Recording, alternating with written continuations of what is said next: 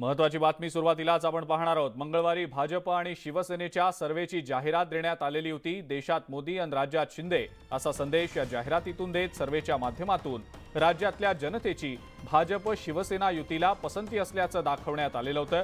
या जाहिरातीवरून महाराष्ट्राच्या राजकारणात खळबळ उडाल्यानंतर आज पुन्हा एकदा भाजप शिवसेना युतीची नवी जाहिरात समोर आलेली आहे। कालच्या जाहिरातीत गायब असलेले उपमुख्यमंत्री देवेंद्र फडणवीस, दिवंगत शिवसेना प्रमुख बाळासाहेब ठाकरे, आनंद दिघे यांच्यासह मंत्रिमंडळातल्या सर्वच प्रमुख मंत्र्यांचे फोटो या जाहिरातीत पाहायला मिळतात। मात्र या जाहिरातीत भाजपच्या मंत्र्यांना स्थान न मिळाल्यामुळे नव्या वादाला तोंड फुटण्याची शक्यता आहे। जाहिरात प्रकरणावरून मंगळवारी स्पष्टीकरण देताना शिवसेनेची चांगलीच दमछाक झालेली होती। अखेर छापून आलेल्या जाहिरातीचा शिवसेनेशी काहीही संबंध नसल्याचं स्पष्टीकरण मंत्री शंभूराज देसाईंना द्यावं लागलं होतं।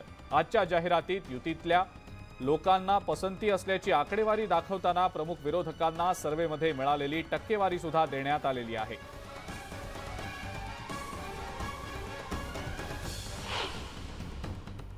त्याच्यामुळे काल भारतीय जनता पक्षाने बांबू घातल्यामुळे विशेषतः फडणवीसांनी आज सर्वत्र नवीन जाहिरात झळकलेली दिसते। पण पडद्यामागे काय घडलंय हे मला माहिती आहे। एका वाक्यात सांगायचं, काल जो बूंद से गई हो हौस से नहीं, त्यांच्या मनामध्ये काय अंतरंगात काय काल स्पष्ट झालं। हे काय सरड्याच्या रंगासारखं त्याला काही वाटत नाही। हे अख्खा महाराष्ट्र पहिल्या पानावरची जाहिरात वाचतो। आज एक जाहिरात येते, उद्या एक जाहिरात येते, म्हणजे आपली पॉलिटिकल क्रेडिबिलिटी तर त्यांची शून्य झालीच आहे, पण त्यांची बौद्धिक क्रेडिबिलिटी पण आज शून्य झाली। एकीकडे म्हणायचं येऊन की ही जाहिरात आम्ही दिली नव्हती, आजची जाहिरात कोणी दिली? जास्त टक्के लोक त्यांच्या विरोधात आहेत। 42 जर त्यांच्या बाजूने असेल त्यांचा सर्वे, एक तर सर्वे कोणी केला आहे, सर्वेचा साईज कोणता आहे, आणि खरं तर मी त्या वेलविशरच्या शोधात आहे की सगळ्या वर्तमानपत्रात कोटी रुपयाहून जास्त पैसे लागतात जाहिरात द्यायला। असा कोण हा वेलविशर आहे ज्या या वेलविशरनी कालच्या जाहिराती दिल्या? एक, आणि मला असं वाटतं आजचं डिझाईन हे कदाचित दिल्लीवरनं आलं असावं अशी शक्यता नाकारता येत नाही। आमच्या सगळ्या मित्रांना, प्रामुख्याने शिवसेनेच्या मित्रांना आम्ही आवर्जून सांगेन की आपल्या युतीमध्ये संजय राजाराम राऊत कोण ह्याचा पण आपण शोध घेतला पाहिजे। हा काड्या लावणारा शकुनी मामा आपल्या युतीमध्ये तर आला नाही ना, ह्याची पण काळजी आपण लोकांनी घेतली पाहिजे। कालच्या ॲडव्हर्टाइजमेंटमधून किंवा कालच्या जे काही प्रकाशित झालं त्याच्यावरनं काही कार्यकर्त्याचं मन तुटलं आहे। शिंदेजी उत्कृष्ट आहेत, पण त्यांनी देवेंद्रजी त्या ॲडव्हर्टाईजमध्ये कंपॅरिझन करणे हे ज्यांनी कोणी केलं असं मला वाटतं। एकनाथजी काही एवढ्या लहान मनाचे नाही आहे, पण ज्यांनी कोणी केली आहे त्यांनी देवेंद्रशी कंपॅरिझन एकनाथजी सोबत करणे हे थोडंसं त्या ठिकाणी अचंबित करणारं होतं। अशा परिस्थितीमध्ये कोण लहान मनाचे माणसं हे या ठिकाणी दोघांच्याही मधात आणि सरकारच्या अस्थिरतेला किंवा सरकारला डॅमेज करण्याकरता किंवा सरकारमध्ये त्या ठिकाणी मनमुटाव तयार करण्याकरता कोण काम करताय ते यानंतर करू नये याकरता निश्चितपणे मी एकनाथजी आणि देवेंद्रजींशी बोलून एक त्यांची भेटही घेणार आहे आणि सांगणार आहे की बाबा याच्यामध्ये काहीतरी यानंतर असं होऊ नये काळजी घेतली पाहिजे। भाजप सेनेमध्ये तर काही टोकाचा वाद नाही आहे। थोडे मनभेद झाले, थोडे मतभेद झाले, ते मतभेद मिटवणे वरिष्ठाचं काम आहे। एका परिवारात दोन भाऊ असतात, त्या दोन भावाचा सुद्धा वाद होत असतो। भाजप सेना युती ही एक संघाने, एक दिलाने, एक मताने या महाराष्ट्रातल्या इनामिनाटिका महाविकास आघाडीला पराभूत करून 200+ भाजप शिवसेना आमदार आणि 45 खासदार या महाराष्ट्रात निवडून आणेल। महाराष्ट्रात शिंदे या जाहिरातीवरून भाजप आणि शिवसेनेमध्ये निर्माण झालेल्या तणावावर भाजपचे खासदार अनिल बोंडेंनी जोरदार हल्ला चढवलाय। बेडूक कितीही फुगला तरी हत्ती होत नाही अशा शब्दात अनिल बोंडेंनी मुख्यमंत्री एकनाथ शिंदेंवर टीका केली आहे। शिंदे चांगले मुख्यमंत्री आहेत, मात्र त्यांना त्यांच्या आजूबाजूला असणारे चुकीचे सल्ले देतायत असं सांगताना शिंदेंना ठाणे म्हणजे पूर्ण महाराष्ट्र वाटायला लागलाय असा हल्लाबोल सुद्धा बोंडेंनी केलाय। शिवसेनेचे नेते आणि मंत्री शंभूराज देसाईंनी अनिल बोंडेंना सबुरीचा सल्ला दिलाय. खरं म्हणजे आपल्या विदर्भात म्हणतात की मेंढकीनं कितीही ताणलं तरी हत्ती बनत नाही. बेडूक किती फुगला तरी हत्ती थोडी बनणार आहे. एकनाथजी शिंदे आदरणीय मुख्यमंत्री आहे. सर्व भारतीय जनता पक्षाने सर्व जनतेने त्यांना स्वीकारलं आहे. पण त्यांचे सल्लागार मला असं वाटतं चुकीचे सल्ले देत असतील. कारण ठाणे म्हणजे पूर्ण महाराष्ट्र नाहीये. माननीय खासदार अनिल बोंडे साहेबांनी सुद्धा त्यांच्या पक्षाच्या राज्यातल्या प्रमुखांनी काल जी भूमिका घेतलेली आहे की दोघांनीही आता इथून पुढे या गोष्टीवरती जास्त चर्चा न करता, याच्यावरती कालच्या आलेल्या जाहिरातींवरती जास्त भाष्य न करता, मी मगाशी म्हटलं तसं 2024चं टार्गेट डोळ्यासमोर ठेवून काम करूया. त्याचं पालन जसं आम्ही करतोय शिवसेना, तसं भाजपचे खासदार अनिल बोंडे साहेबांनी सुद्धा करावं. आता सगळ्यांनी हातात हात घालून काम करायचं आहे. उपमुख्यमंत्री देवेंद्र फडणवीस यांनी आजही बाहेरचे दौरे टाळलेले आहेत. त्यांचे आज देखील बाहेर दौरे होते, पण डॉक्टरांच्या सल्ल्यानुसार ते मोठ्या सभा आणि विमान प्रवास टाळतायत. आणि याचमुळे आज त्यांनी फक्त सह्याद्री अतिथीगृहावर बैठका आयोजित केलेल्या आहेत.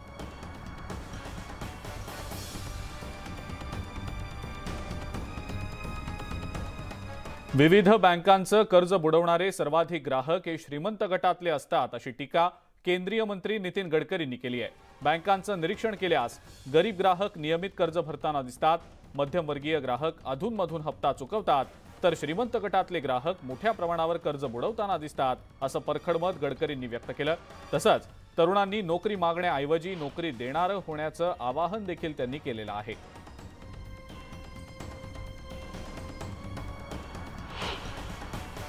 की जे गरीब लोक आहेत ते रेग्युलर पैसे भरतात, जे मध्यमवर्गीय आहेत ते थोडेसे कमी अधिक, आणि मोठ्या लोकांमध्ये डिफॉल्टचं प्रमाण जास्त राहतं.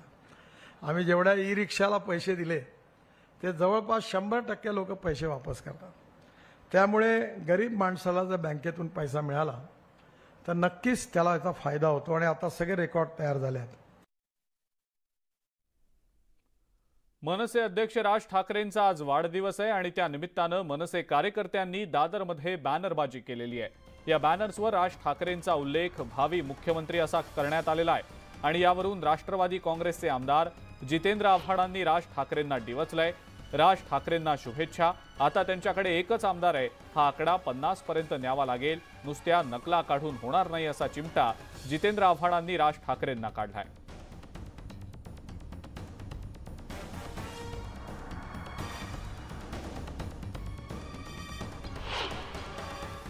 त्यांचे पोस्टर्स लागलेत सगळीकडे, भावी मुख्यमंत्री ते व्हावेत अशी मनापासूनची शुभेच्छा त्यांना. सध्या तरी एकच आमदार आहे, अजून जवळजवळ 50-60 तरी वाढवावे लागतील. त्याच्यासाठी त्यांनी कृतिशील कार्य करावं, याच शुभेच्छा. नुसते टोमणे नकला असं न करता महाराष्ट्राचा एक विकासाचा मॅप, जे नेहमी म्हणतात ना माझा विकासाचा रोडमॅप तयार आहे, तो रोडमॅप काय आहे हे जर महाराष्ट्राला कळलं तर जास्त बरं होईल. मनसे अध्यक्ष राज ठाकरेंचा 55वा वाढदिवस आहे. शिवतीर्थ इथं जमलेल्या कार्यकर्त्यांच्या शुभेच्छांचा स्वीकार राज ठाकरे आणि त्यांच्या पत्नी शर्मिला ठाकरे यांनी केला. यावेळेला कार्यकर्त्यांनी राज ठाकरेंच्या आवाहनाला प्रतिसाद देताना रोपं, छत्र्या आणि विद्यार्थ्यांना आवश्यक वस्तू भेट म्हणून दिल्या. तसंच कार्यकर्त्यांनी राज ठाकरेंच्या वाढदिवसाचं निमित्त साधत तब्बल 55 किलोंचा महाकाय केक देखील आणला. राज ठाकरेंच्या वाढदिवसाच्या निमित्तानं मनसेकडून विविध कार्यक्रमांचं आयोजन करण्यात आलेलं आहे. राज ठाकरेंना शुभेच्छा देण्यासाठी राज्याच्या कानाकोपऱ्यातनं कार्यकर्ते आलेले आहेत.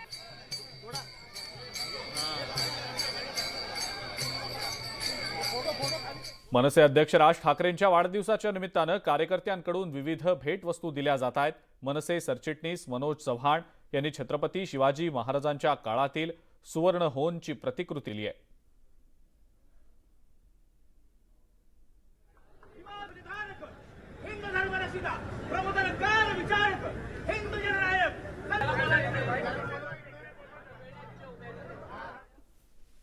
मनसे अध्यक्ष राज ठाकरेंच्या वाढदिवसाच्या निमित्तानं मनसे कार्यकर्ते केक घेऊन मध्यरात्रीत शिवतीर्थवर पोहोचले आणि यावेळेला अतिउत्साही कार्यकर्त्यांना घोषणाबाजी न करण्याची सूचना राज ठाकरेंनी दिली. त्याला कारण होतं त्यांचं नातू कियानचं आजारपण.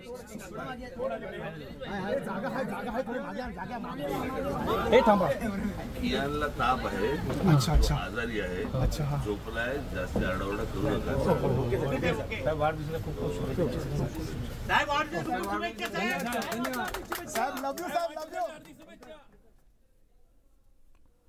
अरबी समुद्रातल्या बिपरजॉय चक्रीवादळानं गुजरात आणि महाराष्ट्रातली किनारपट्टी लगतच्या भागातील दैनंदिन कामांमध्ये आता व्यत्यय आणायला सुरुवात केलेली आहे. त्यामुळे आता मोठ्या प्रमाणात उंचच्या उंच लाटा आणि किनारी प्रदेशात जोरदार वारे वाहू लागतायत. दरम्यान देवभूमी द्वारकेला चक्रीवादळाचा तडाखा बसणार आहे आणि या पार्श्वभूमीवर या ठिकाणी एनडीआरएफ कडून नेमकी काय तयारी करण्यात आलेली आहे याचा आढावा घेतलाय आमच्या प्रतिनिधी विनया देशपांडे यांनी.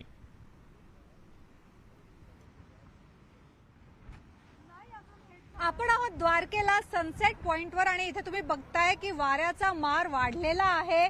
सतत उंच लाटा उसळत आहेत आणि आपण आता एनडीआरएफच्या एका टीम बरोबर आहोत की जी फील्ड व्हिजिटवर आहे. इथे काय आहे ती पाहणी करायला आलेली आहे आणि इथे त्यांचे काही मराठी अधिकारी आपल्या बरोबर आहेत. आपण त्यांच्याशी बातचीत करून जाणूया. सर, आता तुम्ही इथे सगळेजण आहात, तुमच्या हातात वेगवेगळे इक्विपमेंट दिसत आहेत, तुमच्या हातात हे आहे, काय काय आहे आणि नक्की कशासाठी वापरलं जातं? हे जे माझ्या हातामध्ये सध्या मी घेऊन आहे हे लाईफ बॉय बोलता याला. हे फ्लड रेस्क्यूसाठी आम्ही यूज करतो. आणि ते दुसरं जे या साईडला जे घातलेलं आहे ते लाईफ जॅकेट बोलतात त्याला. मग हे एक माणसासाठी असतं आणि हे 2-4 माणसं ह्याचा रेस्क्यू होऊ शकतात. आणि सायक्लोनच्या दरम्यान काही ध्वस्त इमारती होतात, त्यातून लोकांना वाचवण्यासाठी काही कटिंग इक्विपमेंट्स असतात आमच्याकडे. ते काही पेट्रोलवर चालणारे असतात, काही हायड्रोलिक ऑइलवर. त्याचा उपयोग करून आम्ही रेस्क्यू करत असतो.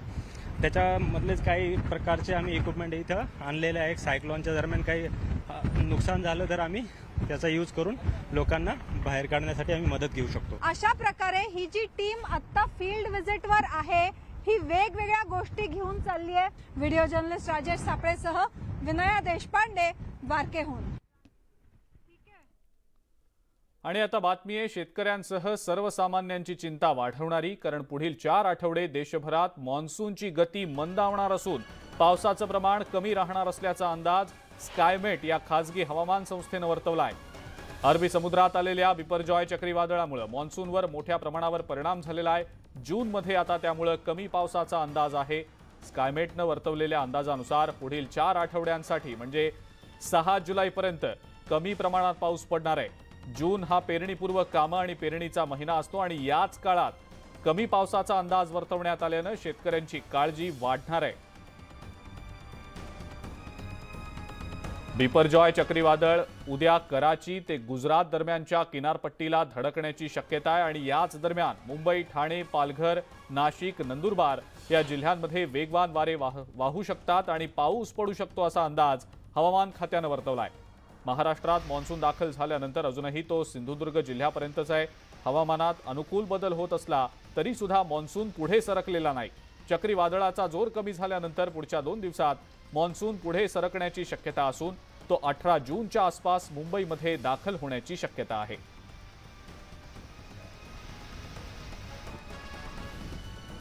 आणि आता बातमी मुंबईकरांच्या तोंडचं पाणी पळवणारी. सध्या मुंबई शहराला तानसा, मोडकसागर, अप्पर वैतरणासह 7 धरणांमधनं पाणी पुरवठा केला जात असतो.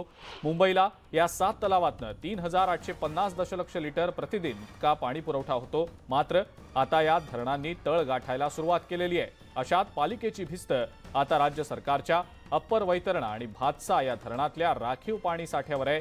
अशातच मुंबईत पावसाचं आगमन लांबल्यास पाणी टंचाई ही मोठ्या प्रमाणावर जाणवणार असल्याचं समजतंय.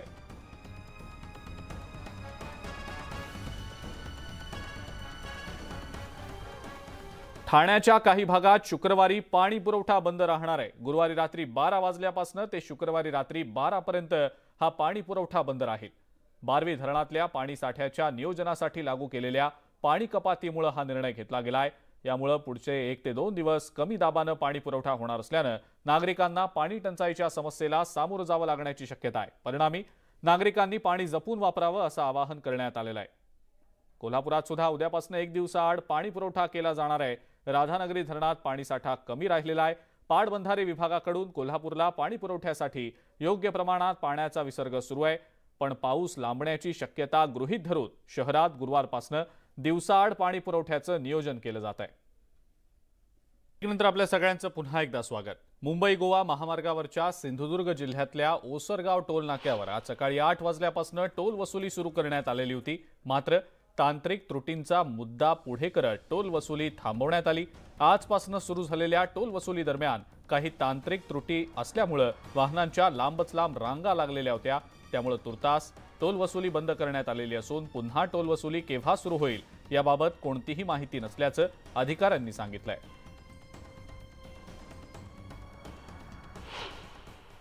NHAI कडनं जो प्लाझा ऑपरेशनसाठी आपल्याला सिस्टम देण्यात आलेलं होतं त्या सिस्टममध्ये काही त्रुटी आढळल्या. म्हणजे ते योग्य पद्धतीने ऑपरेट नव्हतं होत आणि वाहनांच्या रांगा लागत होत्या. तर युजरचं आपण लक्षात घेता, त्यांची मानसिकता लक्षात घेता आता सध्या आपण बंद करताय. जेव्हा कधी हे पूर्ण ऑपरेशनली फंक्शनली आम्हाला ऑपरेट करायला मिळेल आम्ही तेव्हा सुरळीतपणे चालू करू. पण आता याचा काही निश्चित वेळ मी सांगू शकत नाही. जोपर्यंत फंक्शनिंग आणि टेस्टिंग जोपर्यंत पूर्ण होत नाही त्याच्यानंतर आपण चालू करूया. सध्याच्या परिस्थितीत हे मला निर्देशच तसे होते ना NHAI कडनं, तसे की सुरू करायचे होते, त्यामुळे आपण सुरू केलेलं आहे. टोल सुरू होणारच नाही ही आमच्या सगळ्यांचीच भूमिका आहे आणि त्याच्यावर आम्ही ठाम आहोत.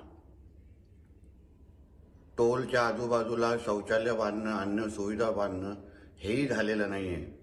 म्हणून जोपर्यंत ह्या सगळ्या गोष्टी उपलब्ध होत नाही, सगळ्या गोष्टी मान्य होत नाही, तोपर्यंत कोणालाही आम्ही टोल सुरू व्हायला देणार नाही.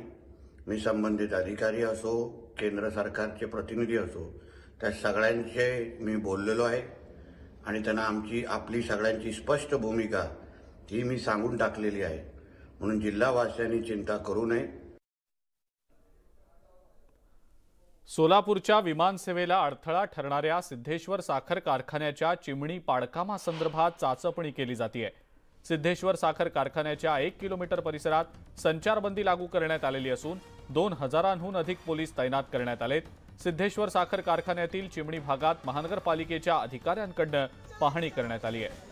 सिद्धेश्वर कारखान्याची 92 मीटरची चिमणी परिसरात विविध यंत्रणा तैनात करण्यात आलेल्या आहेत. चिमणीचं पाडकाम करत असताना कोणतीही अनुचित घटना घडू नये यासाठी दक्षता घेतली गेलेली आहे. चिमणी पाडकामाला विरोध करण्यासाठी शेतकरी सभासद काही वेळात कारखाना परिसरामध्ये येण्याची शक्यता वर्तवली जात होती. सोलापूर महानगरपालिकेकडून चिमणीजवळ सर्व यंत्रणा पोहोचवण्याचं काम सुरू आहे. तसंच कारखान्याकडे येणारे सगळे मार्ग बंद करण्यात आलेले आहेत.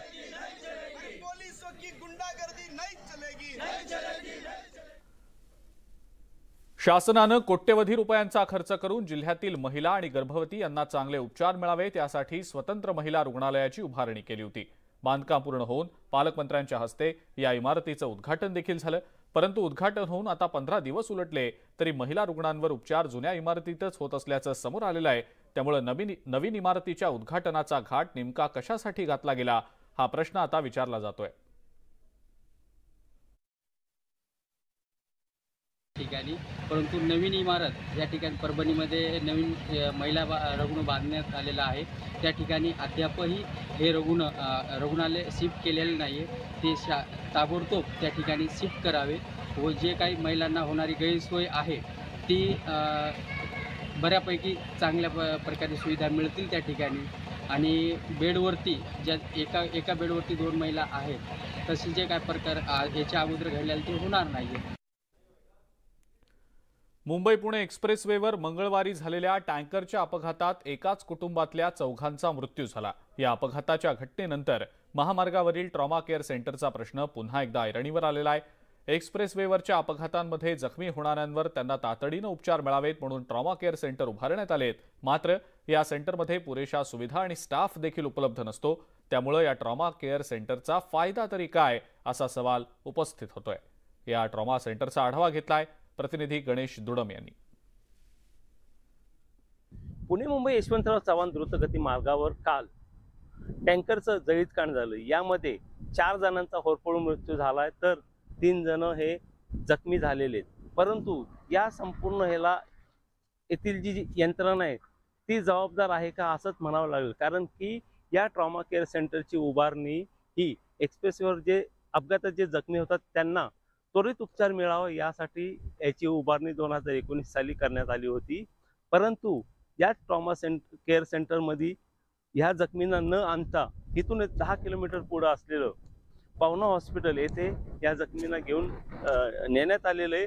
जर त्यांना या जखमींना या ट्रॉमा केअर सेंटरमध्ये घेऊन आले असते 10 किलोमीटरचं अंतर वाचलं असतं आणि कदाचित हे जे जखमी ते त्यांचे प्राण वाचले असते. या साईडला आपण पाहिलं तर इथं हेलिपॅड करण्यात आलेलं, ज्याला आपण एअर ॲम्ब्युलन्स म्हणतो, कारण आपत्कालीन वेळेत जर लवकरात लवकर ह्या जखमी लोकांना त्यांचा जीव वाचवायचा असेल तर एअर ॲम्ब्युलन्सची सुविधा केलेली आहे.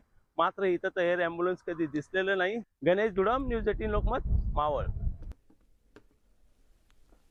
अमरावतीच्या जिल्हा रुग्णालयात रुग्णसेवेचा बोजवारा उडालाय. रुग्णांना ठेवण्यासाठी बेडच नसल्यानं एकाच बेडवर 2 रुग्णांना ठेवण्याची वेळ आलेली आहे, तर अनेक रुग्ण हॉस्पिटलमध्ये बेवारशासारखे पडून आहेत.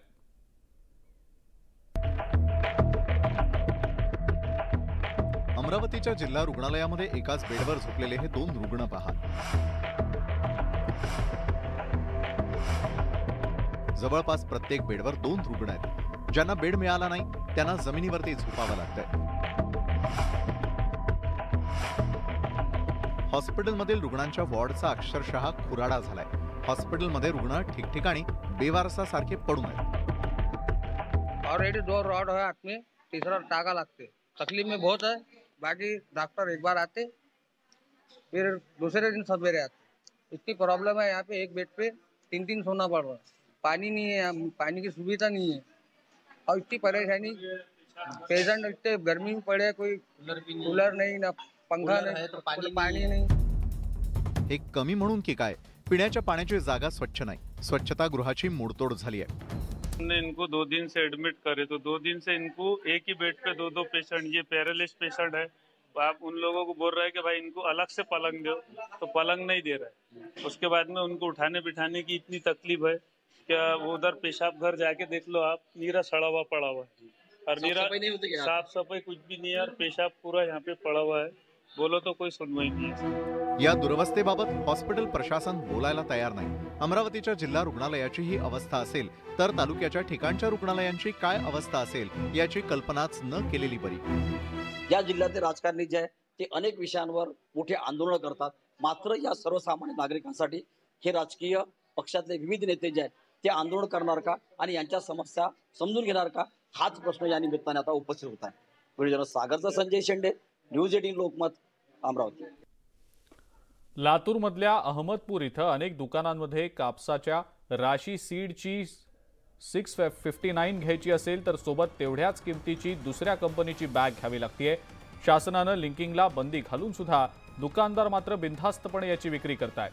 कृषी मंत्री अब्दुल सत्तार यांनी वेळोवेळेला सूचना देऊन सुद्धा अशा घटना घडत असल्यानं विक्रेत्यांना कुणाचा धाक उरलेला आहे का नाही असा सवाल आता विचारला जातोय. काही दिवसावरून ठेपलेली आहे. शेतकऱ्यांची बियाणे असेल, खते असतील, या बाबतीत खरेदीची लगबग चालू आहे. मात्र आपण आता आहोत अहमदपूरमध्ये, लातूर जिल्ह्यातील अहमदपूर तालुक्यात. या अहमदपूरमध्ये जवळपास सर्व कृषी दुकानावरती आपण चेक केले असता काही दुकानामध्ये जर तुम्हाला कपाशीचे बियाणे घ्यायचे असेल तर लिंकिंगमध्ये घ्यावे लागत आहे. आता आपण ज्या दुकानासमोर आहोत त्या दुकानामध्ये देखील लिंकिंगमध्येच राशीवानाचे जर बियाणे घ्यायचे असेल तर दुसऱ्या बियाणे देखील घ्यावे लागत आहे. यामुळे शेतकऱ्यांची आर्थिक फसवणूक तर होत आहेतच, पण पिळवणूक देखील होत आहे, कारण दुसऱ्या कमी प्रतीचे बियाणे शेतकऱ्यांच्या माथी मारले जात आहे. सचिन सोळुंके, न्यूज 18 लोकमत, लातूर. गोंदियामध्ये अजूनही पावसानं दडी मारलेली आहे. दुसरीकडे अजूनही या ठिकाणी मोठ्या प्रमाणावर उन्हाचा तडाखा कायम असल्यानं शेतकरी चांगलाच हवालदिल झालाय. मात्र येत्या काही दिवसात पाऊस पडेल म्हणून शेतकऱ्यांनी पेरणीच्या कामांना सुरुवात केलेली आहे. पण अजूनही पावसाला सुरुवात न झाल्यानं गोंदियातले शेतकरी पावसाची चातकाप्रमाणे वाट पाहतायत. मिरूग लागून 10 ते 12 दिवस झाले आहेत. पावसाळ्याची पूर्वतयारी धानाची रोपायची करूनच झाली आहे, नांगरटी वगैरे झाली आहे, परंतु बिजाई टाकण्यासाठी जोपर्यंत वरचं पाणी पडत नाही तोपर्यंत धानाची बिजाई टाकता येत नाही. मी मिरूग लागल्या 8-15 दिवस झाले आहेत, पण पाऊस पडला नाही. शेतीचे काम पुष्कळ थांबले आहे.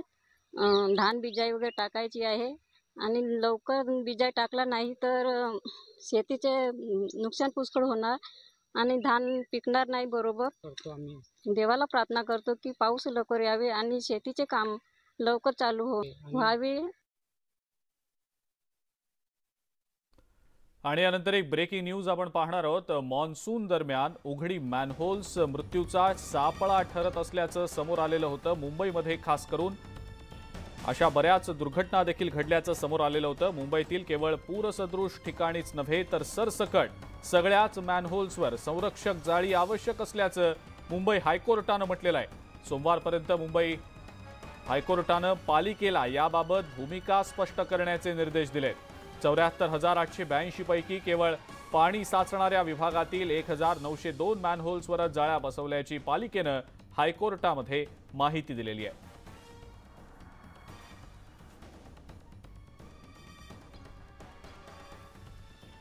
आणि आता आपण एक बातमी पाहणार आहोत. शासकीय अनास्थेचा बळी ठरलेल्या एका पुलासंदर्भातली.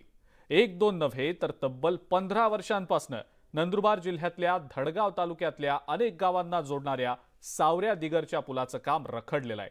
पुलाअभावी पावसाळ्यात गावकऱ्यांना नर्मदा नदी पात्रातनं जीवघेणा प्रवास करावा लागतोय.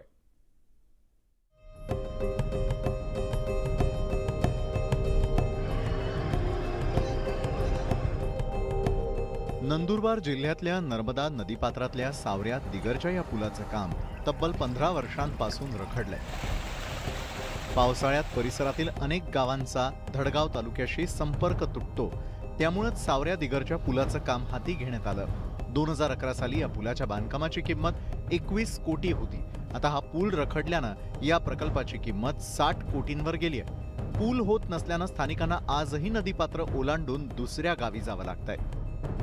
सगळ्यात मोठा प्रश्न असा आहे की जे आमच्या गरोदर माता असतात किंवा लहान बालकं असतात किंवा जे पावसाळ्यामध्ये सर्पदंशवाले जे इमर्जन्सी पेशंट असतात ना, त्यांना येण्यासाठी अजिबातच रस्ता नाही. म्हणजे त्यांना इतकी फजिती असते, रात्रीचं काही झालं, गरोदर मातेचं काही काय इमर्जन्सी झालं, पोटात दुखलं वगैरे, तर त्यांच्यासाठी सोयच नाही. समजा आम्हाला यायला जायला रस्ता दुसरा काहीच नाही, पर्याय काहीच नाही.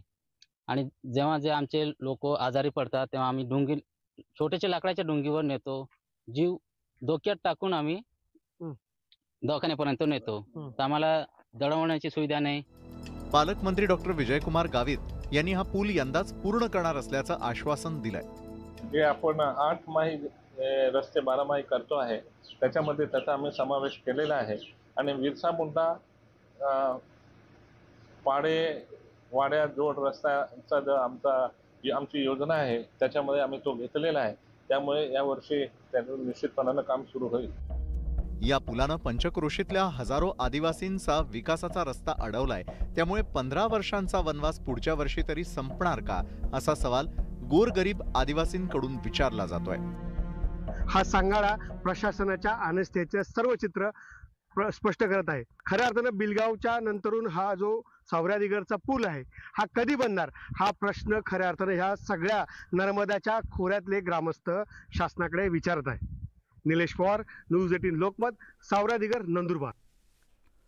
आणि यानंतर एक महत्त्वाची मोठी बातमी आपण पाहणार आहोत. साईबाबा संस्थाननं मशिदीसाठी मोठ्या प्रमाणावर पैसे दिल्याचा दावा करणारा व्हिडिओ सध्या सोशल मीडियावर व्हायरल होतोय. मात्र हा व्हिडिओ शिर्डीचा नसताना सुद्धा केवळ साई मंदिराची बदनामी केल्याचा प्रकार समोर आलेला आहे आणि यावरून शिर्डीतले ग्रामस्थ आक्रमक झालेत. साई संस्थान संबंधी अपप्रचार करणाऱ्यांवर कारवाईची मागणी ग्रामस्थांनी केली आहे. गेल्या काही दिवसांपासून साईबाबा संस्थानच्या संबंधित वादग्रस्त आणि संभ्रम निर्माण करणारे मेसेजेस आणि व्हिडिओज काही समाजकंटकांकडून सोशल मीडियावर पसरवले जात आहेत. मात्र अशा अफवांवर विश्वास न ठेवण्याचं आवाहन करण्यात आलेलं आहे.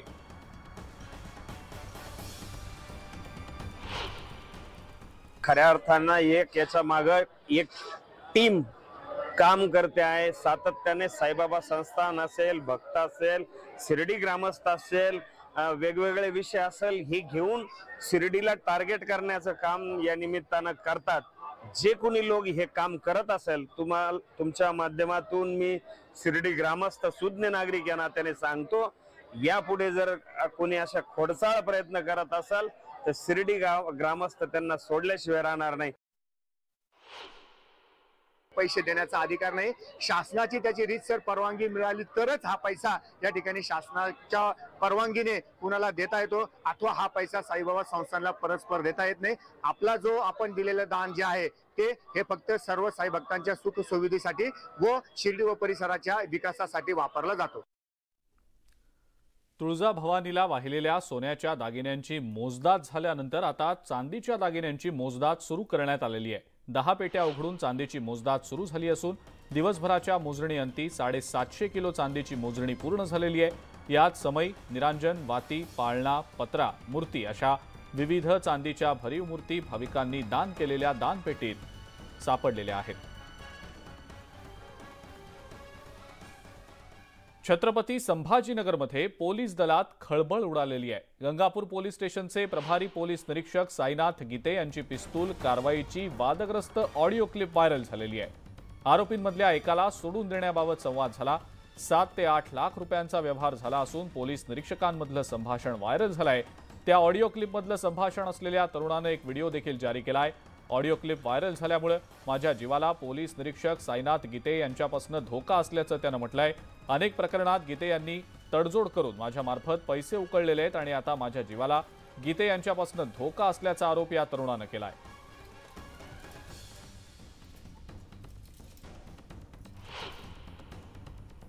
पोलीस निरीक्षक साईनाथ गीते साहेब यांच्यासोबत मी एकदा पुण्याला गेलतो. त्यावेळेस साहेबांनी तिथून सेटलमेंट करून 4.5 लाख रुपये घेतले होते आणि त्याच्यानंतर मालगावला गेलतो. तर मालगाववरूनही 17 लाख रुपये घेतले होते आणि त्याच्यानंतर मांगूर माशाची गाडी पकडली होती. मांगूर माशाच्या गाडीत 1,30,000 रुपये कॅश घेतले होते. नवी मुंबईतल्या सेंट लॉरेन्स शाळेत जय श्रीरामच्या घोषणा दिल्यानं विद्यार्थ्यांचं निलंबन केल्याचं वृत्त पसरलेलं होतं. या बातमीवर आता शाळेच्या प्रशासनानं स्पष्टीकरण दिलंय. शाळेत प्रार्थना सुरू असताना काही मुलं मोठ्यानं ओरडत असल्यानं त्यांना शिक्षा करण्यात आली आणि त्यांना घरी पाठवण्यात आलं. मात्र त्यांचं निलंबन केल्याचं वृत्त हे खोटं असल्याचं शाळा प्रशासनानं सांगितलंय.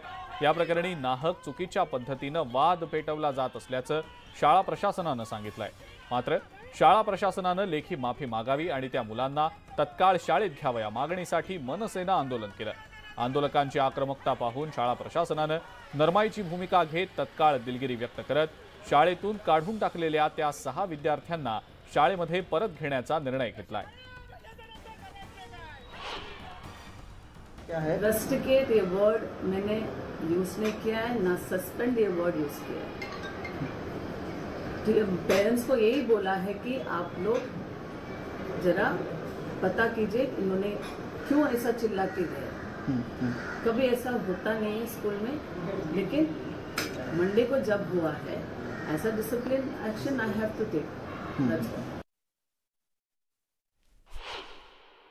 आमची अशी मागणी आहे की शाळेने त्या मुलांना परत शाळेमध्ये बसून द्यावं व शाळेने जाहीर माफी मागावी. प्रिन्सिपलने काय मुख्याध्यापकांनी असं आश्वासन दिलं आहे की आम्ही शाळेच्या वतीने पत्र काढून माफी मागतो व सर्व मुलांना परत आजपासून शाळेमध्ये बसून देण्यात येईल. रेस्टिकेट केलं नव्हतं म्हणजे 3 दिवस झाले मुलांना शाळेमध्ये बसून देत नाहीये. रेस्टिकेट नाहीये तर काय आहे. मीरा भाईंदर महानगरपालिकेनं झाडांवरची धूळ साफ करण्यासाठी केलेली मशीन खरेदी आता वादात सापडलेली आहे. पावसाळ्याच्या तोंडावर 80 लाखांचं हे मशीन पालिकेनं कशासाठी खरेदी केलं असा सवाल आता मीरा भाईंदरकर विचारतायत.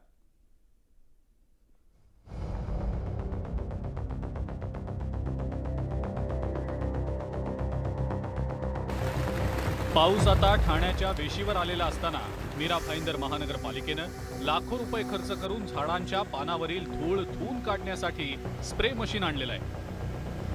80 लाख रुपयांची ही मशीन झाडांवरील धूळ साफ करण्यासाठी वापरली जाणार आहे. 22-23 या आर्थिक वर्षात 42.75 कोटीचा निधी उपलब्ध झाला होता.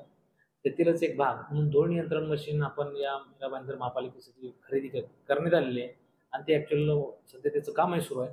यामध्ये मिस्ट स्प्रे मशीन म्हणून 2 आपण घेतलेले आहेत. परिणामी शहर स्वच्छ सुंदर होण्यासाठी त्याचा उपयोग होईल. पाऊस कधीही सुरू होईल अशा परिस्थितीत या मशीनचा वापर किती दिवस होईल याबाबत साशंकता आहे. विशेष करून जून महिन्यामध्ये पाऊस येते हेही प्रशासनाला माहीत आहे. अशा वेळी अशा मशीन पब्लिकच्या पैशाचा दुरुपयोग आहे अशा पद्धतीचा कर्मचारी पण आपल्याकडे अभ्यासक किंवा ट्रेंड नाही आहेत. अत्यावश्यक म्हणजे त्यांना ट्रेनिंग देणे गरजेचं आहे आणि ज्यावेळी गरज आहे त्यावेळी घेणे गरजेची होती. हे पब्लिकचा पैशाचा नुसता दुरुपयोग करण्यात येते प्रशासनाकडून. बैल मेला आणि झोपा केला अशी स्थिती महानगरपालिकेची झालेली आहे. मिस्ट स्प्रे मशीन पावसाळ्यात तशीच पडून राहणार आहे. महानगरपालिकेच्या या नियोजन शून्य कारभारावर मीरा भाईंदरकरांकडून नाराजी व्यक्त होतीये. राजा मायळ, न्यूज 18 लोकमत, मीरा भाईंदर. महाराष्ट्र अनलिमिटेड मध्ये तुकोबांची पालखी पुणे मुक्कामानंतर आज पंढरपूरच्या दिशेने निघालेली आहे. आजचा मुक्काम लोणी काळभोर इथं असेल तर संत ज्ञानेश्वर महाराज पालखी हडपसर मार्गे दिवे घाटातून सासवडला मुक्कामी पोहोचेल. अतिशय कठीण असलेला दिवे घाट पार करून पालखी सोहळा सासवडला जाईल. तिथे पालखीचा 2 दिवस मुक्काम असेल.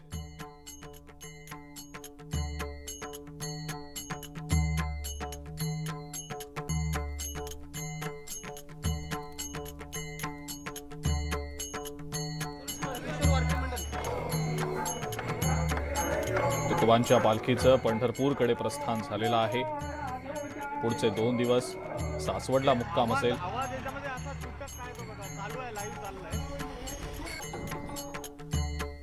वारीच्या वाटेवरील रंग टिपण्यासाठी असंख्य फोटोग्राफर्सची धडपड सुरू असते. त्यांनी कल्पकपणे काढलेल्या फोटोजमुळे वारीची भव्यता जगभरात पोहोचत असते. दिवे घाटातील अवघड चढण चढणाऱ्या वारकऱ्यांचे विविध दृश्य अचूक टिपण्यासाठी त्यांची धडपड सुरू असल्याचं पाहायला मिळत आहे.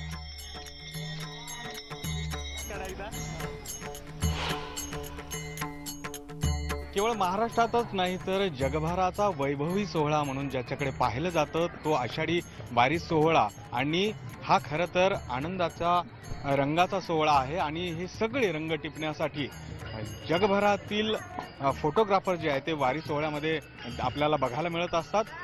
ते दरवर्षी या वारी सोहळ्याची भव्यता आपल्या कॅमेऱ्यामध्ये टिपतात. त्याशिवाय त्यांना या वारी सोहळ्यामध्ये त्यांच्या कॅमेऱ्यामध्ये काय काय कैद होतं आपण त्यांच्याकडनं जाणून घेऊया. खरं तर मागील अनेक वर्षापासून तुम्ही वारी सोहळ्यातली फोटोग्राफी करता. जगाच्या पाठीवर जगाच्या व्यासपीठावर हे सगळा भव्य दिव्य सोहळा पोहोचवता. काय आनंद होतो आणि काय टिपण्याचा प्रयत्न असतो? खूप आनंद होतो. जेवढा वारकऱ्यांना आनंद होतो विठुरायाला भेटायला तेवढाच आनंद सर्व फोटोग्राफर मित्रांना मंडळींना होतो. पुणे, मुंबई, पूर्ण भारतातून हे फोटोग्राफर येतात इथे. यामध्ये त्यांना आनंद, वारीचा आनंद तर मिळतोच, प्लस आर्ट म्हणून त्यात वारकऱ्यांच्या चेहऱ्यावरील हावभाव, एक्सप्रेशन, त्यांचे मूड्स इतकं थकूनही त्यांच्या चेहऱ्यावरचा जो आनंद असतो तो टिपण्यात आम्हालाही खूप आनंद मिळतो. इथे तुमच्या मेंटल आणि फिजिकल स्किलचा दोन्हीचा कस लागतो आणि वारकऱ्यांच्या चेहऱ्यावरचा आनंद बघून आम्हालाही तो आनंद टिपण्यात मजा येतो आणि त्यांच्याबरोबर आम्ही त्यांच्यातलेच एक होऊन जातो. आणि ती जी मजा असते त्यात एक वेगवेगळ्या स्टोरीज मिळतात. दरवर्षी आल्यावर काहीतरी एक नवीन गोष्टी शिकायला मिळतात, पाहायला मिळतात. खूप चांगले चांगले अनुभव येतात. आता तुम्ही बघू शकता पूर्ण घाट वगैरे असा सगळा रस्ता आहे आणि आपण म्हणजे जे शहरात राहतो आपण शूज वगैरे शिवाय कुठेही जात नाही. पण आज एकाही वारकऱ्याच्या पायात असे शूज नाहीत, काही नाहीत. फक्त इच्छाशक्तीच्या जोरावरतीच ते इकडे चालत येतात. सो हे खूप इन्स्पायरिंग आहे. अनिकेत होलमचा, गोविंद वाकडे, न्यूज 18 लोकमत, दिवे घाट. आणि या सगळ्या महत्त्वाच्या बातम्यांसोबतच महाराष्ट्र अनलिमिटेडमध्ये आता वेळ झाली इथंच थांबण्याची. बुलेटिनमध्ये जाता जाता आपण एक नजर टाकूया राज्यातल्या प्रमुख शहरातल्या आजच्या तापमानावर.